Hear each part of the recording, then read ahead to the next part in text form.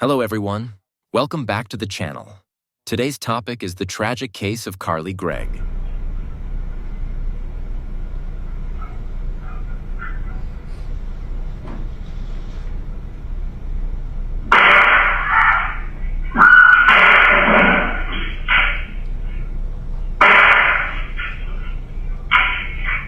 Just a quick reminder, I'm not diagnosing anyone in this video, but rather, I'm speculating based on publicly available information and exploring what could be happening in a situation like this. If you find this content interesting, please subscribe my channel now. Let's get into it. First, I'll outline the background of the case, then move to the timeline of events, and finally, I'll offer my analysis. Carly Madison Gregg was born on April 23, 2009 in Brandon, Mississippi, a small town about 13 miles east of Jackson. Her early life was marked by challenges. Her parents divorced when she was young, and she lived with her mother, Ashley Smiley, and stepfather, Heath Smiley. Carly struggled with her mental health for years, showing symptoms of depression and possibly post-traumatic stress, especially after her younger sister passed away when Carly was only 4 years old. By the time she entered her teenage years, Carly had experienced ongoing issues with depression, and in early 2024, she started seeing a therapist. She was diagnosed with major depressive disorder and adjustment disorder and was prescribed Zoloft, an antidepressant. Despite receiving therapy and medication, Carly's struggles persisted, and her mental health seemed to decline even further throughout 2023 and early 2024. On March 19, 2024, things took a tragic turn. According to reports, Carly's stepfather Heath made a 911 call just after 5 p.m., saying that his 14-year-old stepdaughter had shot him. Police arrived to find Heath wounded on the front porch, and Carly's mother, Ashley, dead inside the home, with 3 gunshot wounds to the head. Carly had fled the scene, but was found about half a mile away and taken into custody. During their investigation, police discovered that Carly had used her stepfather's revolver to shoot her mother. It appeared that the argument was triggered by Ashley searching Carly's room for marijuana. In the moments that followed, Carly retrieved the revolver, shot her mother multiple times, and then attempted to impersonate her by texting her stepfather to find out when he would be home. After shooting her stepfather when he arrived, Carly fled with a friend. Despite the evidence against her, Carly's defense would later argue that she was not guilty by reason of insanity. In September 2024, Carly Gregg stood trial for first-degree murder, attempted murder, and tampering with evidence.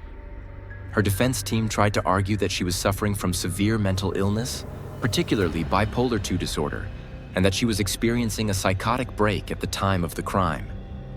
They claimed Carly couldn't distinguish between right and wrong, citing dissociation and delusions.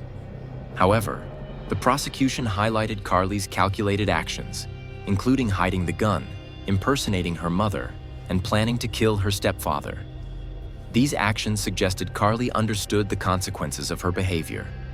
Furthermore, a state mental health expert testified that Carly did not meet the criteria for bipolar disorder, and that she knew her actions were wrong. Ultimately, Carly was convicted on all counts and sentenced to life in prison without the possibility of parole. Now let's dive into some analysis. Was Carly Gregg truly suffering from a severe mental illness that rendered her incapable of understanding her actions? Or was this a case of calculated violence? First, there's no denying Carly's long history of mental health struggles. Reports show that she experienced depression, anger, and anxiety from a young age. The death of her sister likely played a significant role in these feelings, and her use of marijuana may have worsened her symptoms. Her defense claimed that Carly suffered from bipolar II disorder, which involves depressive episodes and less severe manic episodes called hypomania. They also argued that she was psychotic, possibly triggered by her antidepressant medication, Lexapro. However, the prosecution argued, and I tend to agree, that Carly's actions seemed too deliberate to support a defense of insanity. Psychosis can cloud judgment, but it usually manifests in more disorganized behavior. In Carly's case, she made a series of calculated moves, retrieving the gun, impersonating her mother, and planning to kill her stepfather. These actions suggest that Carly understood what she was doing and that she knew it was wrong. Interestingly, Carly kept a journal where she wrote about nihilism, grandiosity, and superiority, indicating a sense of entitlement. She may have believed she was above societal rules and norms, which could explain her lack of remorse.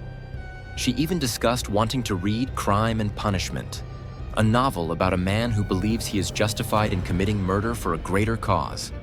Could Carly have identified with this character? It seems possible.